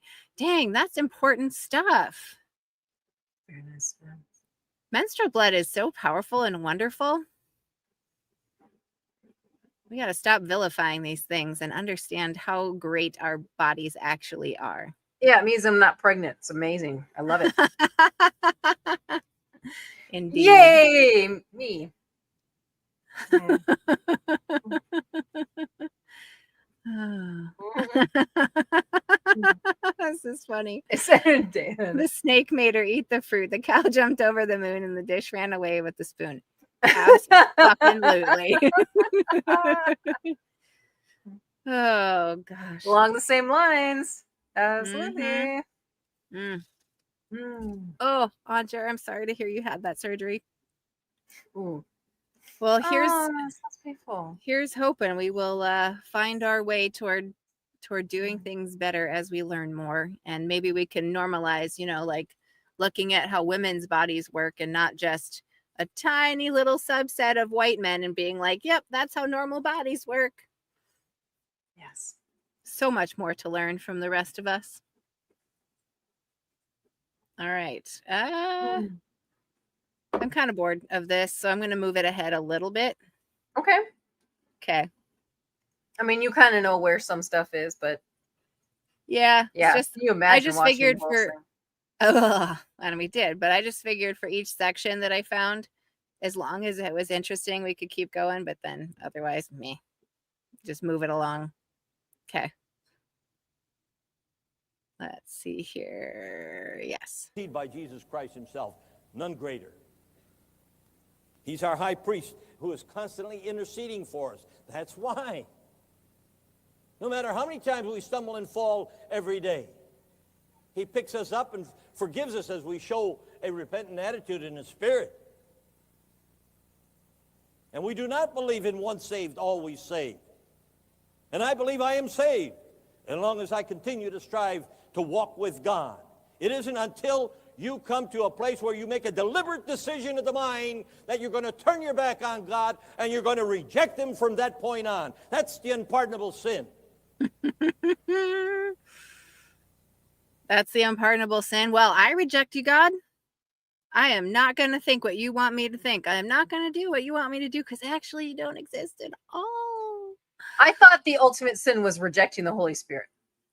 Am I wrong about that? I think it's rejecting the Holy Spirit. They just trade words in and out, and really, like, if you're talking about Holy Spirit versus God versus Jesus, like, it's three, it's one, except they didn't really think it was a God family somehow, and so it's still part of the God family, so they might as well just use them interchangeably as it serves their purpose.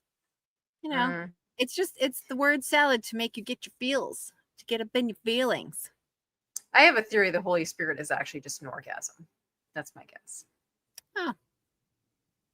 Yeah. Isn't there theories about the Holy Spirit like being breath or being like a watered down version of Asherah from back in the day? There is that one too. Yes. Asherah. Mm-hmm. Shout out Ryan Kultastic. I know. Our friend Ryan Kultastic is the best. It's so true, Skeptic Goddess. 25 years later, we're like, yeah, let's watch that. It's fun. But we're together and we can hold each other's hands as we all cringe at this crazy shit that we were forced to watch back in the day. Yeah. We're kind of coming to terms with this because now we know better. I mean, not that we didn't have any choice back then either, but now, yeah, as adults who think for ourselves, unpacked all the bullshit, yeah, we can revisit and be like, this is dumb as fuck, isn't it? This is so stupid.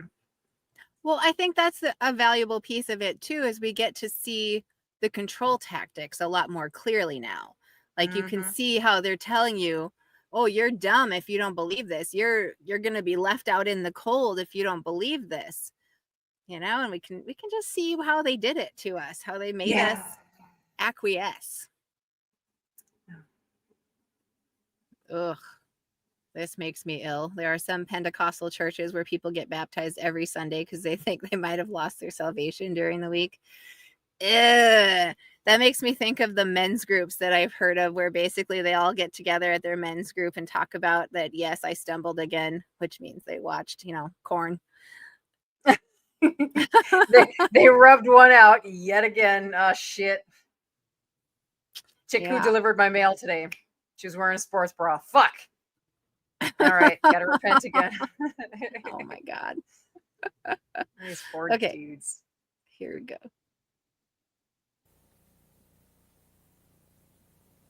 Well, we have confidence that he's constantly interceding for us every day. He is working in us. He is perfecting us for his use, as Paul said in Hebrews 10:4. That sounds so gross. We have been given some exceedingly great promises. They are phenomenal promises. Do we for his use? That sounds like a non-consensual situation if I ever heard it. Ew, gross. Let me get right back to somewhere. However, God wants to use our bodies, pets. Ew. Well, I mean, that Just is leave literally what they thought. It's so nasty. Not only God could use our bodies, but that our own pleasure was only for our husbands to give us. Gross. Right. Yep.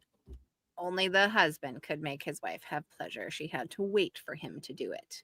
Because we know dudes are so good at it. And these young women who marry men who can't get them off. Woo!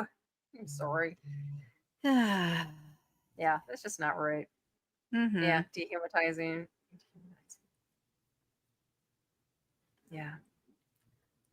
If you mean this one, I actually think this was on a Sabbath, on a Saturday. It was. I think it just happened to fall on Christmas Eve, so it just makes it funny. Because he said something at the beginning that was like, the rumors going around that he's going to get rid of Sabbath and start going to church on Sunday. And he's like, really? Why would you say that? What day is today? So I think it was on a Saturday. It's funny. Let's see here. Okay, there was a thing he said here I want to catch. Pause. Well, we have confidence that he's constantly interceding for us every day. He is working in us. He is perfecting us for his use, as Paul said in Hebrews 10:4. So we have been given some exceedingly great promises. They are phenomenal promises. Do we believe them? Do we believe them? Sometimes our actions belie us. If so, then your faith, our faith, can be counted, accredited, or imputed as... Okay, so he's saying it's all about your faith, but our actions, basically he's saying our actions speak louder than words, you know? Like, you might think you have faith. You think so on the inside. But if you're doing bad stuff, the stuff that God doesn't want you to do, like, it's not about the rules. It's not about the rules. But if you're doing the bad stuff, it shows you don't have the inner faith part. So he's like maintaining the stuff, but kind of driving it deeper and worse. I would have to ask forgiveness several times a day. It's just,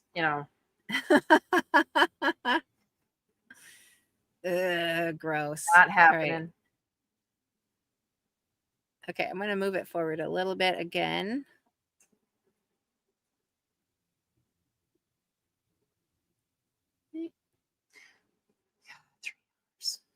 There we go. All right. So, hi, Ms. Non Sequitur. We won't be on too much longer, I don't think. oh, okay, sleepy. yeah. Thanks for coming, Ms. Non Sequitur. Love cares. Love is an outgoing concern. Love is the fulfillment of everything that Christ taught us. There was a pound. And he goes on to say, not once. When our cup does run over, does the thought. You see, here he's talking about the sin of omission and not so much as the sin of commission. What? Loving your neighbor as yourselves. And if we were down and out, we would like that same courtesy extended to us. What about these third world countries that are suffering such severe poverty and hardships and sorrow, grief, and pain? I pray every day that thy kingdom come right now, not for my benefit, but for theirs. When they don't even know everyone's waiting. Clean glass of water is coming from. The theatrics of it all. It's for their benefit that we should be praying. Yes, but you know what he's doing here is he's kind of going humanitarian. Like he's talking about the people who don't have, like that don't have Christ, like for all the people in the world that can't even get a clean glass of water and stuff. So I don't know. I'm kind of curious to see where that goes, because I feel like a lot of the way I feel about the world and being a humanist comes from the stuff that was in here. I just dropped the God stuff and the rules for myself about it and looked at it, rationally. So, okay, I'll keep going. And we should be moved with emotion when we see these things. We hear about it and we read about it. That's why we're involved in a program of getting supplies there in Bosnia and other places in the third world countries, in Africa, which on many occasions they were confiscated. At least we tried. And some we were successful in getting through. Was it Bibles, though? Hopefully it was not Bibles. He says, well, I will say to my soul, you have much goods laid up for many years. Take your ease, eat, drink, and be merry. That's the natural way of the carnal mind that doesn't have an inkling of what God has in mind as far as salvation and those whom he has called to taste of his goodness and of his glory. Verse 20, but God said to him, he says, you fool. And only God could say that. He says, this night your soul shall be required of you. Then who shall those things be which you have provided? You see, when our cup runs over, is it our desire to gather around and catch all of First that stuff audience shot. so we can share it with the poor, with the unfortunate, with those who are in need? That's the thing that was lacking, and so is outstanding, that it hits you right between the eyes. But notice verse 21.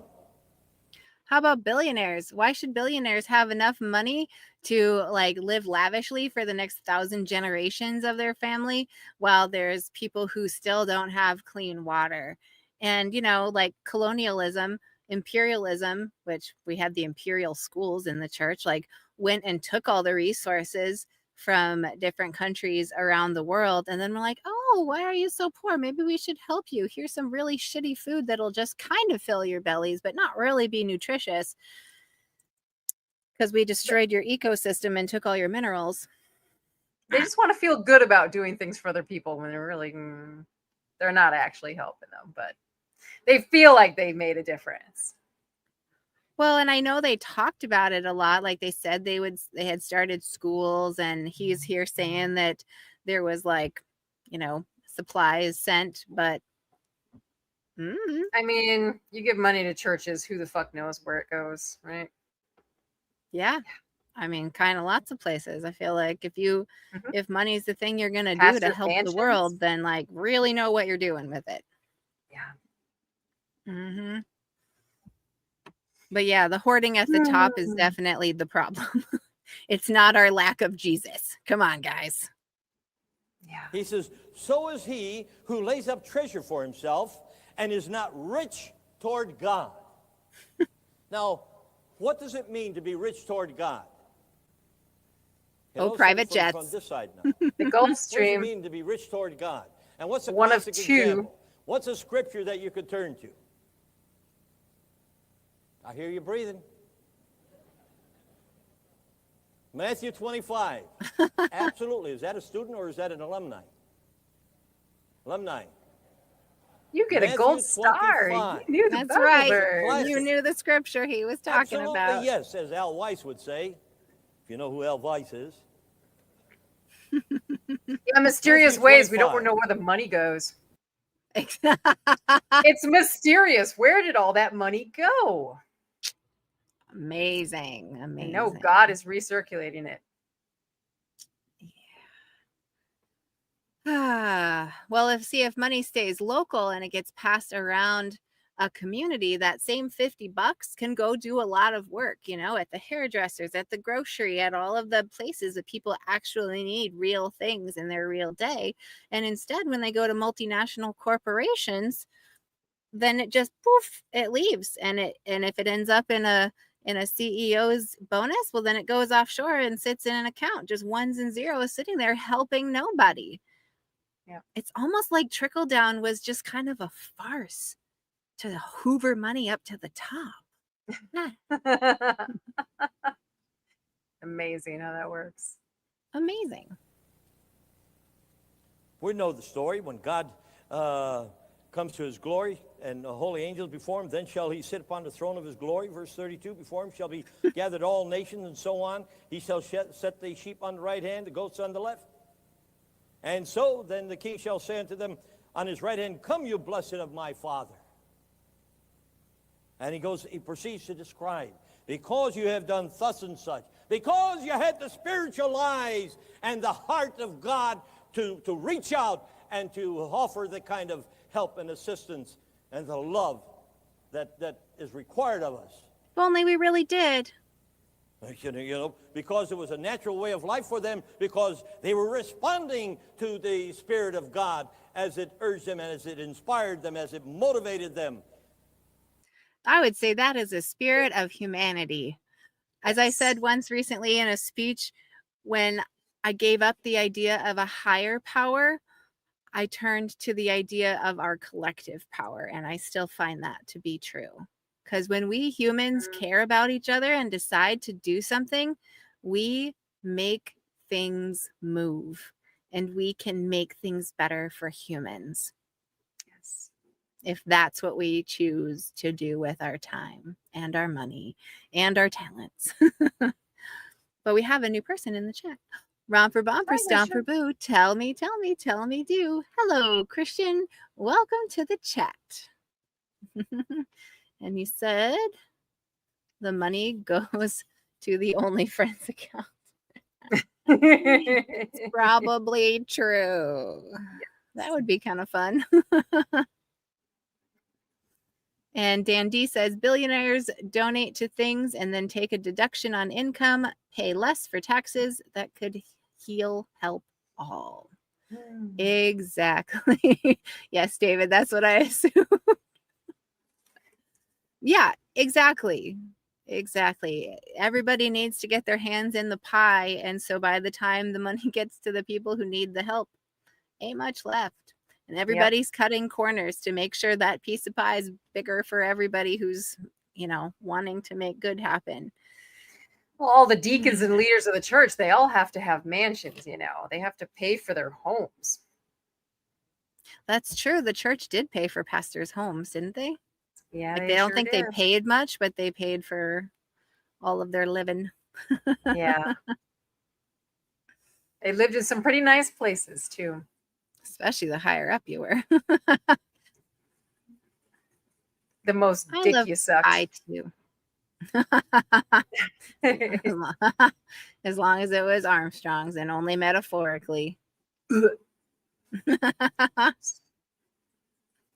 Yeah, you know what I don't know that I've heard a ton about is like all that many stories, a few stories. I've heard a few stories of queer people in the church and what the fuck that must have been like. Like WCG?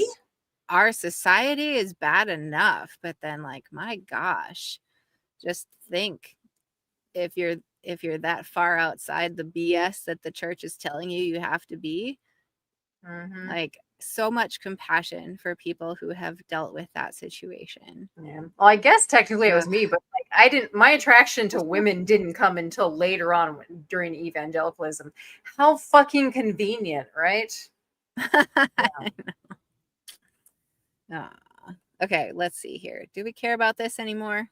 Nah. Let's just go one more spot. Sure. Yeah. Okay. And then we can tickle another spot before we go. Yeah, exactly. Where am I here? I'm off screen. 1 second.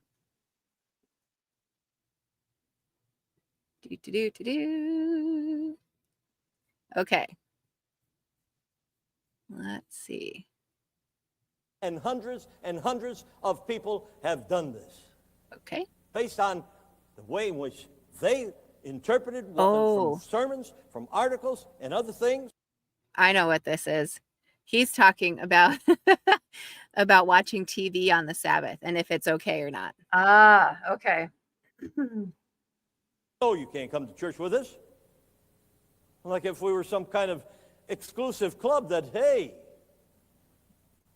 That's what they did. You can imagine what they thought of us. That we're a cult. Oh. We used to think we were unique. We don't want people to think that. The ignorant, when you're ignorant, you don't know that. I mean, fine, we would be willing to put up with him as house guests, but when we went to church, we'd also be sure to tell him, please don't play the television while I'm gone. Talk about wasting energy on shit in life when you're talking about, oh, should we watch TV on the Sabbath? Oh my goodness. Really? I know. Well, there's literally people starving to death around us. And this is what they're worried about. Fuck you guys. Right. Okay, so let's see. Anjar asks, did you hear sermons on how bad queer people were? Yeah, homosexuals. Absolutely. Yeah, we did. But they didn't rant about it. It was just not really. But it was like so far out of what could have possibly even been considered that it almost didn't come up, because in the books they would string together all of the like really bad things you could be, and they would lump in masturbation, bestiality, homosexuality, and I don't even know what else. Like atheists. They put atheists in the same you're right. sentence. So fuck yeah. Yeah. So they just put them all together so that it was like, oh, that's so bad, I won't even say anything. Like it wasn't. Well, David is saying, yeah, they pretended gay people didn't exist. There you go. I mean, yeah, they use the term homosexual all the time, but yeah, that's one of those things that's so far beyond, like, yeah, if you're gay, you just, like, just don't even go there. Like, no, it's so unheard of. You just don't go there. It's like women not masturbating or feeling lust. It's like they just focused on the boys. They didn't care about what us women did, because apparently we don't feel lust at all. So, well, but we got to pass on that way. If they treat it that way, if they like just ignore it and like poo-poo it and like make sure you don't think that your sexuality is a thing, then if you do have it, you're like, well, clearly it's already bad because I'm not even supposed to feel this way because no one's ever talked about it.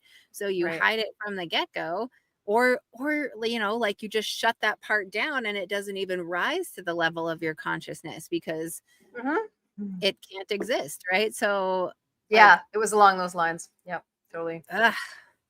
Either you're aware of it and you feel bad, or you're just like not even aware that it could be. And so the thoughts don't become conscious about that. It's Right. such a messed up, and it's all against being human. We got to Right. open up things to be more human. Just squash it before it happens. Yeah. Gross. Yeah. Okay, a little more. I mean, hundreds and hundreds and hundreds of people have done this. This Based is on the TV thing. the way in which Oh. they interpreted from sermons, from articles, and other things, which in many cases were limited, but nevertheless, no one did anything to rectify it either. And they would, to add insult to injury, when they came home from services, Oh, more they'd audience. film the TV Sexy, set man. to see Woo! if they were cooperating with you. Okay, so he just said that people who would come home from services then would check to see if the TV was hot, to see if the kids or whoever it was had watched TV while they were gone. No. Holy crap. Why? You're so right, Nancy. The idea that, like, well, you could apply this to so many things, right? There's so much that we could do to help people and make life better for people, and instead we're worrying about dumb shit.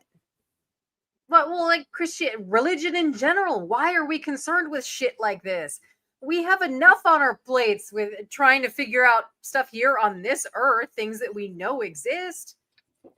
And this stuff literally infuriating. gets in the way of us dealing with the real stuff that we should be dealing with.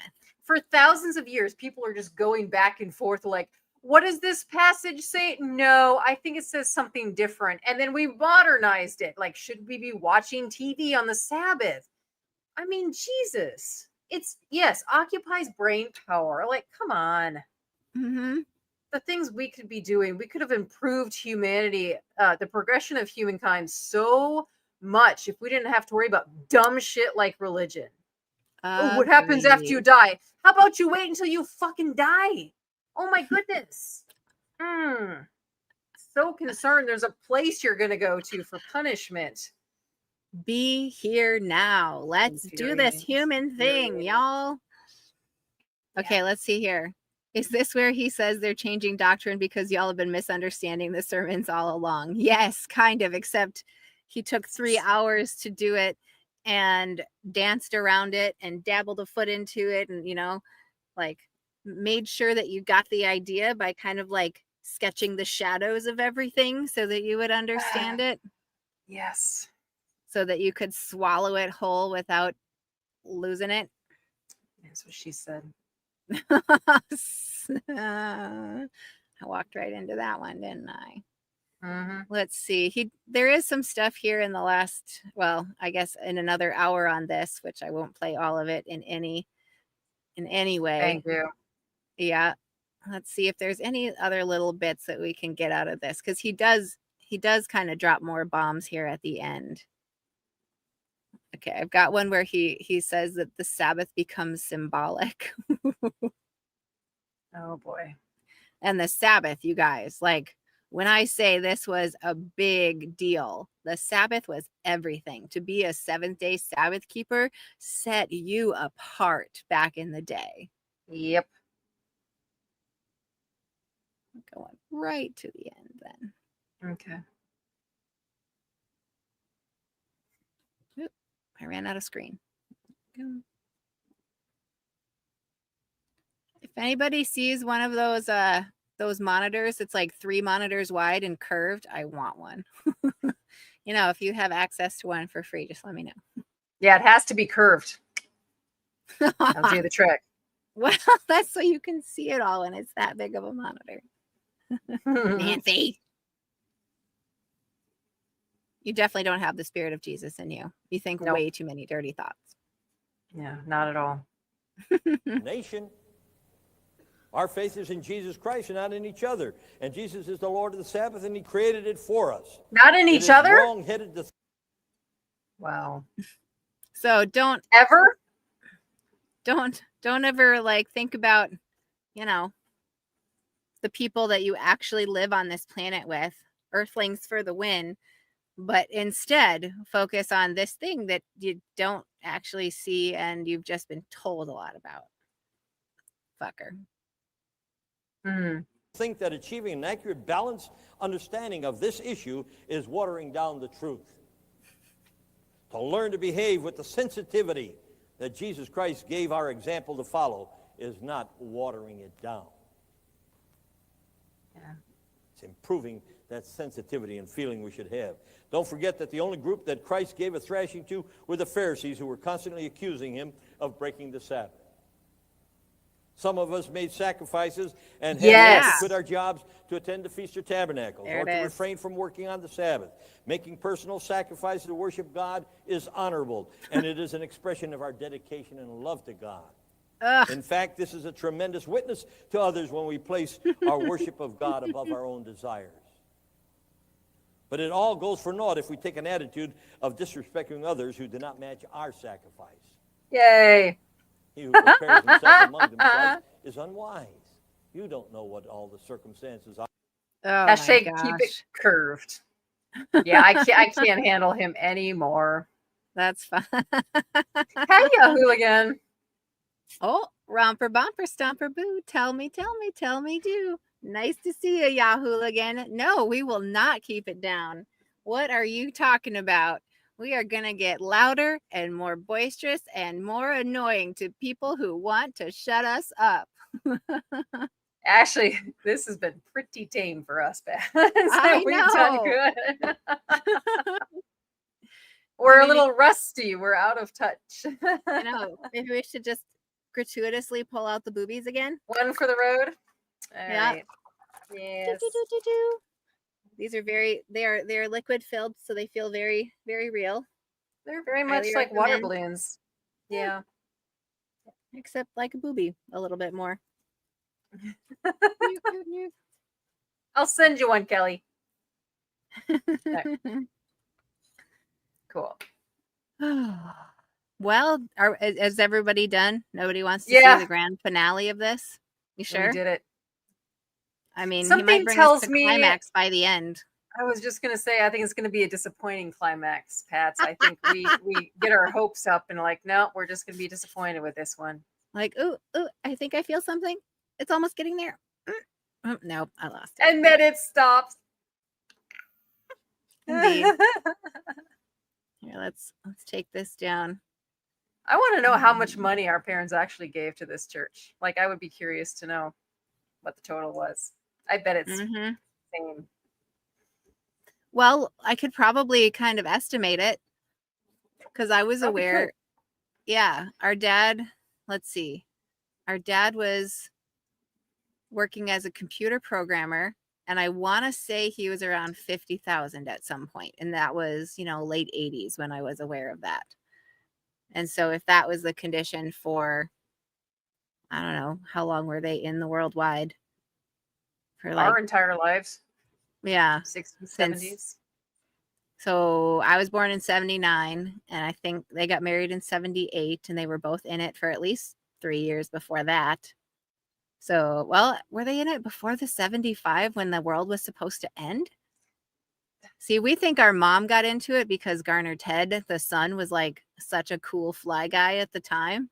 Like, he even had an article in Playboy and everything. Like, he was making religion sexy AF at the time. Oh, he was hot. He was talented, and he boned so many ladies in the church. All the scandal that followed, he just got kicked out. But Mhm. I think that's why a lot of women got into the church in the first place, because the hot Garner Ted Armstrong got in there. And he pulled them in. Nobody wanted to see Armstrong's crusty ass. It was his son. Well, yeah. Yeah. Gross. Hey, an Arctic fox. Ooh. Romper bumper stomper boo. Tell me do. Sure nice to see you, an Arctic fox. Thanks for being here. I am dripping sweat right now. Is that why you need to be done? A little shiny. Oh, David, you sound like you were a cool guy. I bet you were kind of like him. Without Chicks- the, Chicks dug you. but without coercion, I'm sure. Yeah. You didn't have any trouble getting the ladies, David. You stud. Oh, You know. Skeptic got us with the math. How many Okay. zeros is that?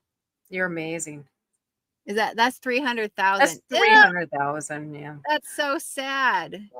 Think of what that could have been in their retirement fund. I And then they mean, wouldn't have to live so terrible right now like they do. and then the second cult leader, Brother Stair, I mean, they sold their house and like literally gave the money to him, you thought, right? So that's what we think, yeah. Yikes. Buy your way into heaven, y'all. It's a brilliant scam. Brilliant. I mean, that's where it started, right? Yeah. Like the medieval church, you could like buy your loved ones who died. You could buy their way like out of purgatory or something like that. That's Or terrible. reduce their sentence in purgatory. But how do you bounce back from that if you realize that you've been lied to all this time and you gave all your money? I think most of them don't let themselves realize it because it would be too painful. You know, Probably. like if you have to acknowledge that you did that, it would hurt so much. Yeah. Ugh. Oh gosh.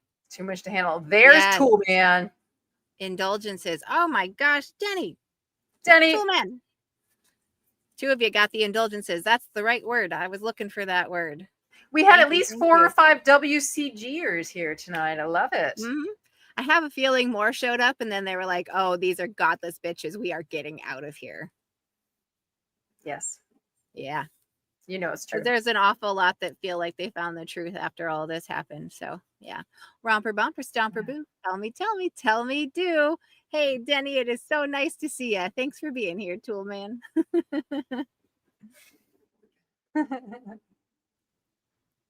Oh, And you too, Kelly. Oh, I think you got Kelly earlier, but maybe I'm wrong. you know what? If you didn't hear it, I will totally do it again because you are worth the special welcome. Everyone Yes. deserves a special welcome to the Apostate Sisters live stream. Romper bumper stomper boo. Tell me do. Welcome and so great to hang out with you tonight, Kelly, Detroit Atheist Queen King. Love to see you. Thanks for being here. And sorry, Denny, you caught the end here. We're actually wrapping it up, but yeah, you can go back and watch. I know you remember this bombshell sermon. Didn't watch it Mhm. all. Well, and I'll just tease that today Nancy and I recorded our next cult literature episode in which we reviewed 3 different YES lessons, which was the youth Bible lessons. And we looked at one from the 4th grade, the 2nd grade, and 9th grade just to see how the indoctrination changed over the years. Oh, yes. You know what? Yahoo again, I've just been having too much fun with everybody here, and I am not great at shilling ourselves here, but yes, please do hit that like button, subscribe to the channel if you haven't, and even once I hit this is all done for tonight, please go back to the video and leave a comment in the main part of the video. That helps put it forward in the algorithm. And definitely share it with somebody who you think might enjoy the shenanigans that happens here. Thank you all for being here so much. But it was a tame night. I don't know. We were kind of naughty a little bit. Yeah, Feels YES good to be was back. Youth Educational Services. And the YOU, the youth group, was Youth Opportunities United. Oh, yay. The memories, huh? They're even more horrifying when you look at them as adults because you were a kid. You didn't understand shit. You just wanted to color the pages. No, it's terrible. It's terrible. Yeah. Things they taught. But thank you everyone for joining us tonight. It feels really good to be back finally on live streams and just interact with you guys a little bit. So let us know what you guys want to see next. All right. More WCG stuff, react to some other videos, whatever it might be. Play games. Indeed. Can do that too. Oh, yeah. We're good at that one too. So, all right. Lovely to see you all. Thanks for being here. Romper, bomper, stomper, boo. Love you all. Good night. Bye. Let's see if I can have a little something. Let's see if I can do it. Oh, come on now. All right. Bye, everybody. Help the sisters keep this healing content coming. Like, subscribe, and comment. Drop some dollars or support us by becoming a channel member or patron for extra perks.